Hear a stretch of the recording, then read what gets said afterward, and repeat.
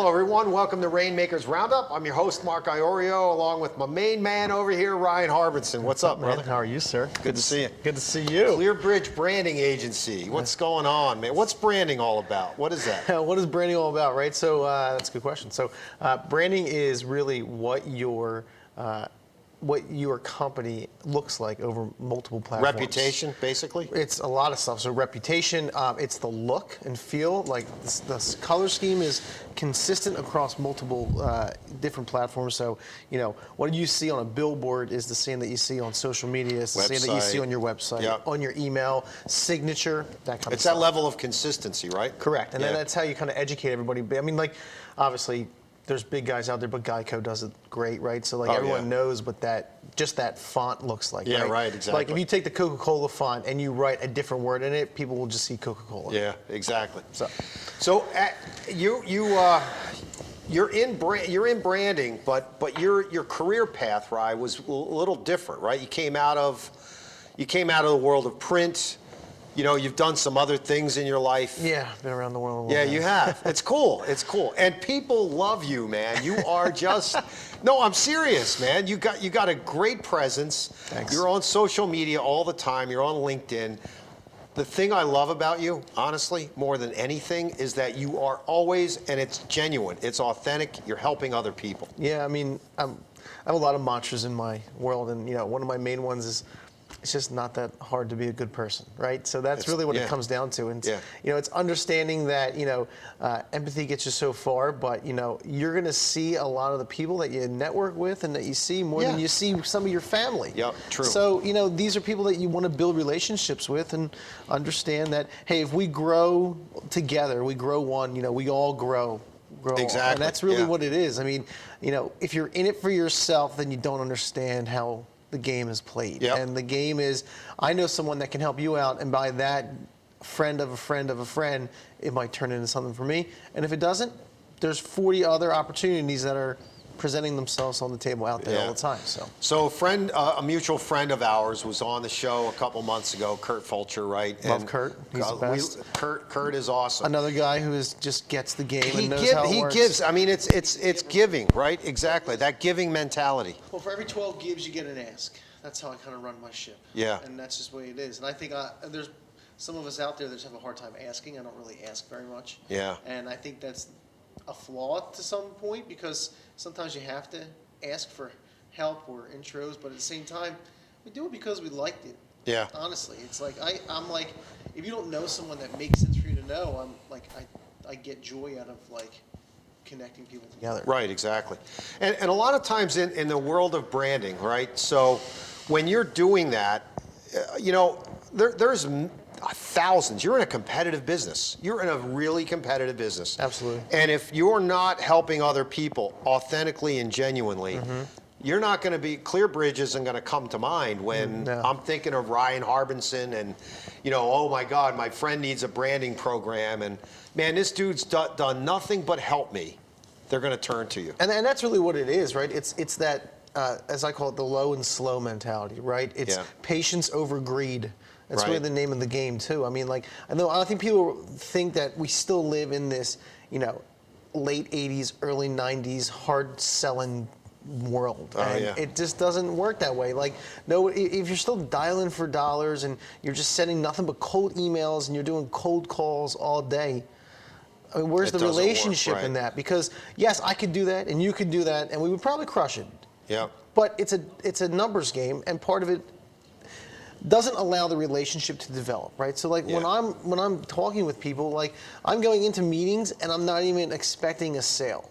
At all, ever. Never. Even when people that are like, hey, I want to do the website, I'm like, well, we'll see what happens. And when people want to talk, what we do, and I'm always here to educate people and let people be aware of who we are and what we're doing out there, but I'm never here to hard sell anybody. What my goal is to, first to mind, live in the feed, right? Everywhere, all the time, always, and just always be relevant so that when you think of marketing, like you said, you think of me, right? If there's an opportunity for your company that's exploring, maybe expanding their presence online, and maybe I talked to you 8 months ago and I gave you a bunch of introductions, that maybe you think of me before you go somewhere else. Yeah. And that's really what it is. You mentioned something a few minutes ago that's really interesting. I have always had this problem. I've been doing this for 34 years, and I still have a problem asking.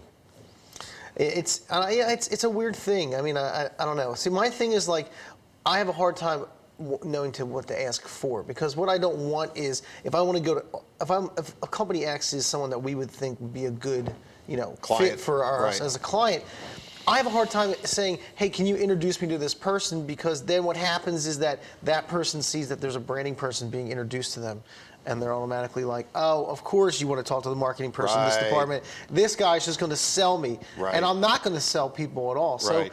the way I look at it is, how is someone or other people that I know connected to a company that I want to get involved in? And then who's someone in their biz dev world that I can become friends with and utilize their network, and vice versa. And then eventually build that relationship to come in. Like, me calling up major company X and being like, good afternoon, marketing person. Did you know that internet traffic is up over 350%? And together we can help you grow. Goodbye. That's hang right. up on Yeah, you you're like gonna all hang up, day. right. And that's I think there's still people out there that are doing that old school hardcore sales Yeah. stuff. And Doesn't it's not work. it's not about sales, it's about relationships. We talked about this yesterday, right? Like, Yeah. I could go and sell janitorial supplies tomorrow and Be pick the up same, right. where Pick I'm up at. where you're left Take off. 6 months to kind of re-educate everybody in my network what I'm doing, and now all of a sudden I'm the janitorial supply guy. So when you do approach a new client, how do you typically do that? You're in biz dev, right? So you're out there, trying to nurture and develop new business contacts. But if I'm a new client, how would you approach me? What's the early on conversation that you would typically have with someone? Yeah, so I think there's a couple steps to that. So I think one thing that we really strive for is we really ask a lot of questions to get involved in understanding what your brand looks like and where it's at. And usually before we have a client coming on, we're going to do a deep dive into all your stuff without Right. you knowing, right? Right. We want to see what matches, what the story looks like. Is your site optimized for mobile, which at this point it needs to be, or your search results are like in the toilet, because they want everything to communicate with everything, right? Yep. We want to see when was the last time that, how many people have like 5 brands of social media, but they just kind of do Facebook and they haven't posted on Twitter since like months. 2017, Yeah, right? yeah. So like we're coming in and figuring out what that looks like too. I think the key to that world too is, especially if you're in the if you have like account supervisors and things like that, is to bring your accounts people on from the very beginning, and that's really what I do, right? So. I open up doors, we develop the relationships, we get the deals where they need to go to help people out, and I don't want to bring somebody in that is foreign, because they're going to be the point of contact after I leave, right? So I bring my guys in the very Early, beginning. yeah. So like at a certain point, maybe after meeting 3 or 4, I'm probably not going to be in those meetings anymore, because I'm already out and about doing other Exactly, stuff. yeah. And now my team is thoroughly involved in what's the going process, on, yeah. and they're aware of who their account managers are and all that. So I think that's a big part. Who's your typical target? I mean, when ClearBridge goes out, are you the only business development person in the organization? Yeah, I'm the main biz dev guy. We have a Okay. couple other guys in Chicago, and a couple PR guys that do a little biz dev for us. But I'm Okay. the main biz dev guy. And what size businesses are they, Ryan? What are you looking for? Yeah, so we love people that kind of have an established brand already. That's really nice for us. Multiple locations is really good too. We do really well in like food packaging and processing. Really? The food world is Okay. really good. That's why we're in Chicago, because the food world is huge in Chicago. So we're really trying to get into the food game out there. What works good, like I said, is if you have a marketing manager or a CMO that's already kind of established. What works great is when we can kind of pull in all that brand, kind of round it all up and kind of massage it a little bit, start to tell the story a little bit better. And what we want to focus on is more of the corporate content, right? So best in show, utilizing search, having crawlers that kind of follow you around the internet, doing individual like super targeted ads on different social platforms, and then allowing those clients to kind of continue to push their culture content, right? Okay. Happy birthday, Steve. We've been open for 15 years, that kind of stuff. So we kind of are doing stuff in the background while they're doing the get to know our company better. And with companies that understand that and have a marketing team development already kind of situated, that's It's really where easy- it's easier we for you kick some guys, major yeah. butt, is because they get what we're doing, and we're continuing to push that traffic into them, right? Doing Yeah. a lot of call to action, redirecting to like websites that are like unsearchable, but we'll have like a form that you fill out and all that stuff, and that's really what we do well. Cool.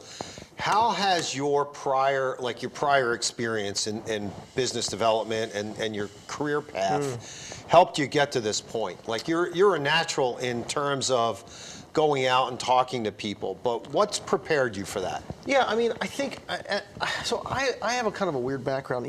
Retail was really kind of the key factor for that as a young man at this point, almost 40.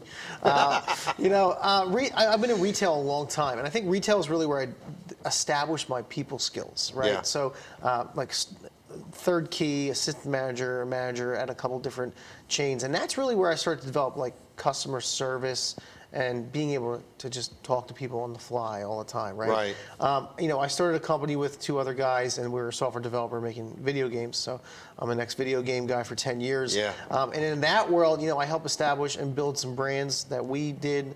And we were kind of a little studio of like 10 people in nowhere, New Jersey. And from the customer service point, I was able to then transition to the digital world, and I've been on LinkedIn for like 13 years, Yeah, right? yeah. And because I've been on LinkedIn so long, I really learned the ins and outs of the program. And because of LinkedIn and the opportunities to get in front of the right person, we were able to lock down meetings with like Nintendo and Microsoft and EA and Activision, like some of the big guys That's big, in yeah. the game world. Yeah. And they're meeting with this little Small company. 10-person thing in Woodbury, New Jersey, and they're like, and we should never have gotten those. But Yeah. I was able to kind of utilize LinkedIn in the early forms of it, and like, hey man, we're going to be in LA next week for the show. If you got 15 minutes, we'd love to just chat, Yeah. And we're looking at the point where the starting companies were charging like 10 grand a man a month. Wow. And we're coming in a lot cheaper because we're in New Jersey, and Yeah, they're exactly. like, oh my Yeah. God, you're only 7 grand. Like, holy crap! Like, this is amazing. Yeah. So it's just understanding, how to evolve and adapt, right? Adapt or die is really the way that I kind of trip and fall and continue to grow. I mean, like, during all the craziness that's going on, within like 10 days, I was already launching digital roundtable discussions before people were trying to figure out what to do, right? Yeah. And like that's just part of it, is like understanding, is like get a read on the pulse of like what everybody wants to do, and just go out there and try to do it. I mean, it sounds easy, but the worst thing is people are like, I don't know what to post, I don't know what to do, I don't know how to say things, and by you not doing anything, you're not out there. You're not out there. You're not out there. I tell everybody all the time, like, the content thing sucks, right? Everyone's like, I don't know what to put, I don't do. I'm like, dude, just grab your phone and be like, what's up, everybody? Monday morning, got my coffee, let's go. Yeah. Killer week, boom. Well, post you it. do that well. You do that really well. We're going to have to take a quick break. Awesome. I want to talk more about that because, I've seen few people do it as well as you do. Thanks. And the content thing, Ryan, is really, really important. But you've got these networking groups that you've established and you're part of, and I think that's been really helpful. The Irish Coffee Hour. baby. Exactly right. I didn't want to give that away, but we're going to talk about that right after the break. We'll be right back. Don't go away. Plus this equals this, plus this, and this. Don't drink and drive. Listen, what will make your event simply beautiful? Is it your attire, your decorations, your entertainment? Well, join me, Alicia Simone, as I chat with some amazing vendors and clientele who will share their stories and images and their experiences. Right here on RVN TV, Tuesday at 11:30 a.m. and Wednesday at 4 p.m. It will be simply beautiful. See you then.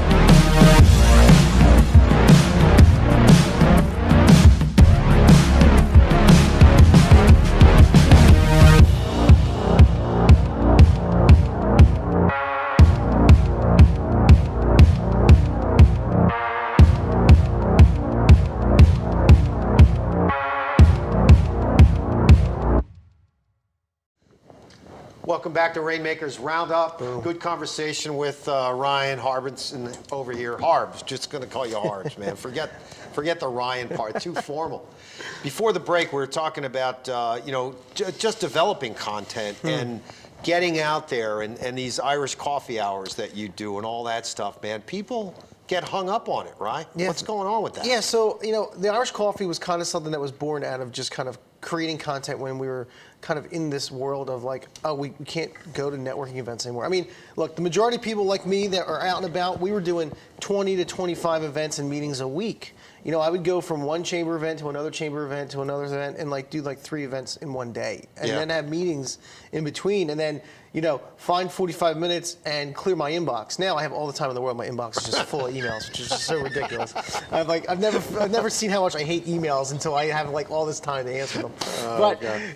I think part of it is understanding the content is out there, right? And it's everybody's, like you said earlier, it's analysis paralysis, right? Yeah, So the fact that you're not doing it is making you not visible, right? Right. So I would say this, right? There's a couple things. One is a lot of people have a hard time thinking about what to do, what to post, where to go. And if you're in that world, there's 2 other options that you can do, right? I say it all the time, content is king, engagement is queen, right? And that is huge, right? Yep. So if you have a hard time with the content that you're trying to create, there's an awesome thing that I've really been pushing over the last year or so is utilize other people's content as your own. Okay? So if you're on Instagram, right, and you're following Barstool, right? Right. Like Barstool, literally, up to maybe a year and a half ago, they were just sharing everybody else's stuff. Exactly. And making people go viral. They Right. weren't even creating original content. Exactly. On Instagram, they do all kinds of original stuff. They have shows and all this. But Instagram alone, they're the king of, this is where all the memes come, and this is where the funniest stuff on the internet goes. And, Yep.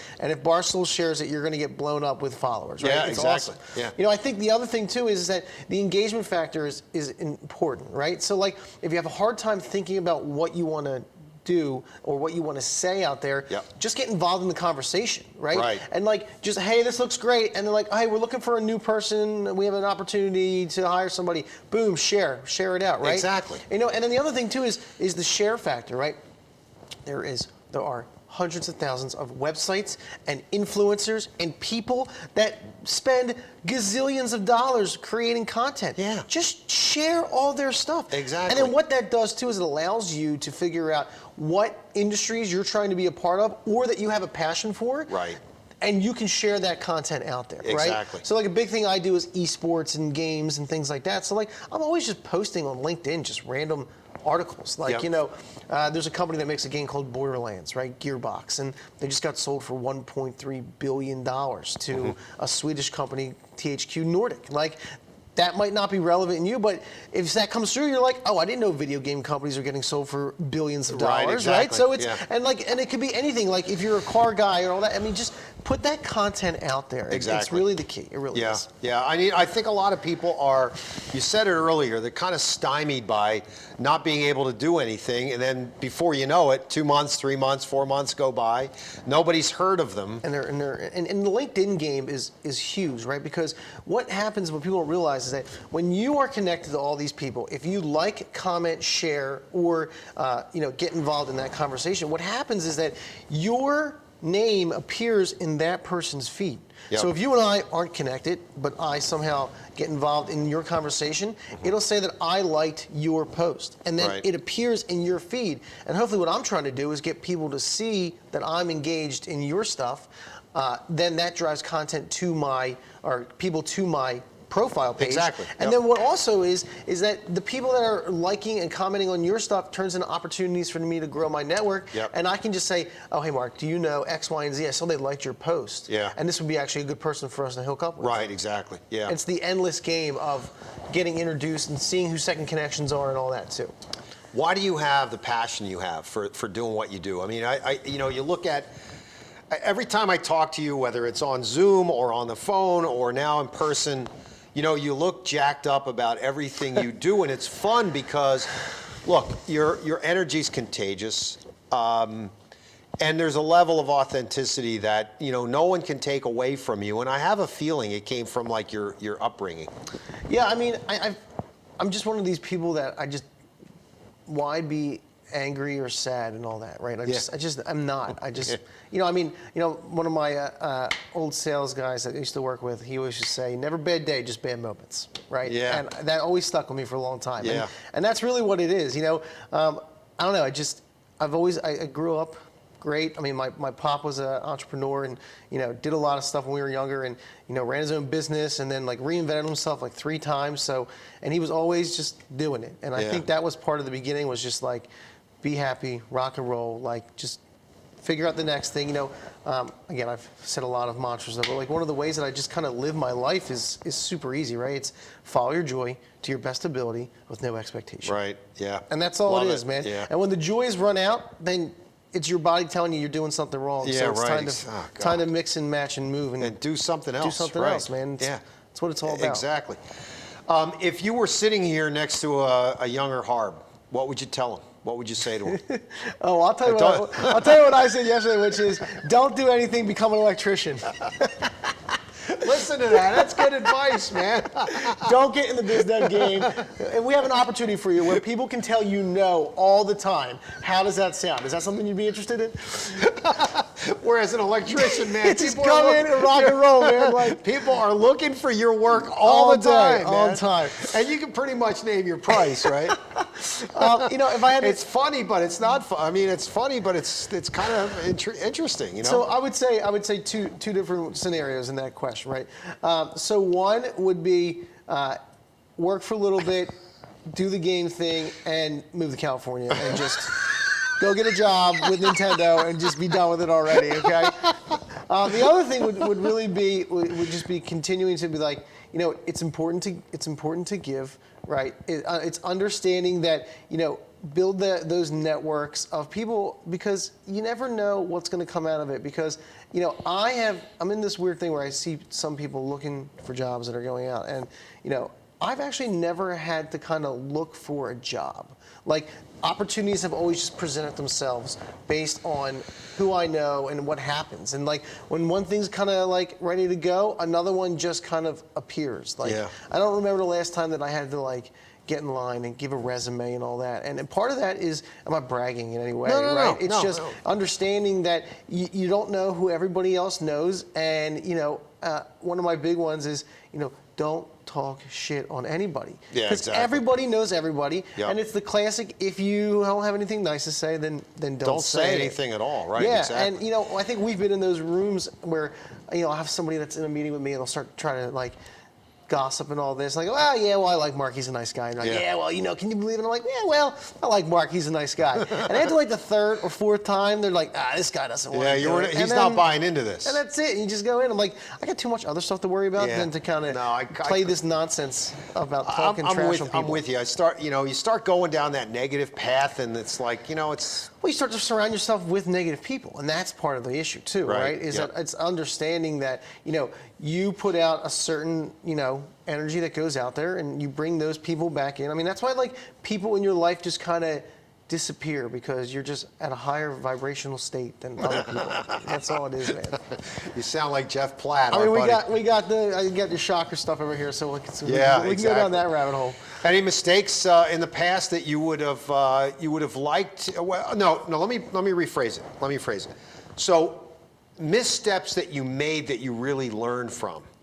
Things that you did in your career, college, and your career that you might want to do a little bit differently, or that you learned from, right? Yeah, I would say, I think having a mentor of some sort is important. Yeah. And I think that's one of the, I wouldn't say mistakes, but one of the hurdles that I've dealt with, right? Yeah, So I didn't really have a mentor. I mean, I had people that were influential and people that I met with, but there was never like, hey man, let's go get coffee and like let me tell you all the stuff that I did wrong so that you don't have to make those mistakes kind of thing. So I did a lot of like stumble and fall and figuring things out, and I think that would have been nice. Just to have like at like 26 having like someone in like their 50s that maybe had sold a business, that like had sold a business, and that stuff is out there. And I would say that the ask is part of that, right? Mm-hmm. And when you're younger and you're hungry, you don't have to ask for that. I mean,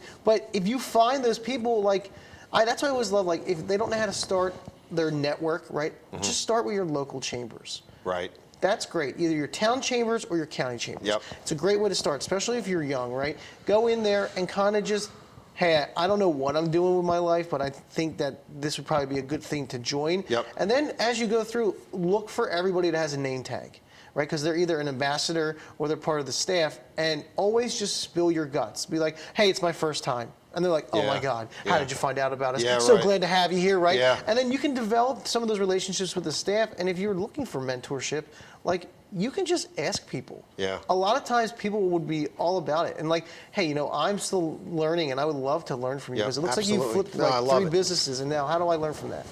So in that line, you know, the people that inspire us in life are people that kind of drive us. And you mentioned your dad earlier. Mm-hmm. I think where'd you find inspiration growing up? You know, this is funny, but you know, I grew up with 2 brothers and 2 sisters, and you know, we were definitely when you have 2 younger brothers and you have an acre and a half, you know, you are definitely working on the premises. So one of the things that really pushed me when I was younger was, if I have a job, then I don't have to do yard work. Right, And exactly. I know that's like crazy, but like, and I was like, wait, I can have 2 jobs? So like, that was the big thing for me, was like, I was always working multiple jobs. And like, when everybody was love like it. partying and hanging out in like, you know, 1920, I was just working, man. Just Yeah, working. that's cool. All the time. That's And like, cool. I've always not worked. I mean, you know, up to like 3 years ago, I did like 70-hour weeks, 6 days a week for like Wow. 10 years. Wow. You know, working full time and then running the software business, which Wow. turned into a board game store, which turned into a nerd con. So it was like multiple stuff. So Awesome craziness. stuff, brother. Dude, this is Thank you. awesome. I This really was appreciate the awesome. Yeah, opportunity. thank you. Tell us how to get in touch with ClearBridge. Absolutely. So clearbridge.com, come check us out, or clearbridgebranding.com. You can find me on LinkedIn, Instagram, Where's Harb, and on Facebook. So reach out, let's tag up. Always looking to help everybody. So Absolutely. thanks. All right, Dude, brother. Love it. Thank Thanks. you. Where's Harb? You got to look him up, man. This dude is cool as hell. I love him. And when this thing breaks, I swear, well, I don't know about the vaccine, but we're going out for a brewski. Oh, you know that's You true. know, that's true. Maybe 2. Yeah, at least, maybe. All right, ladies and gentlemen, that is a wrap for Rainmakers Roundup. We'll see you next time. Have a great week. See ya.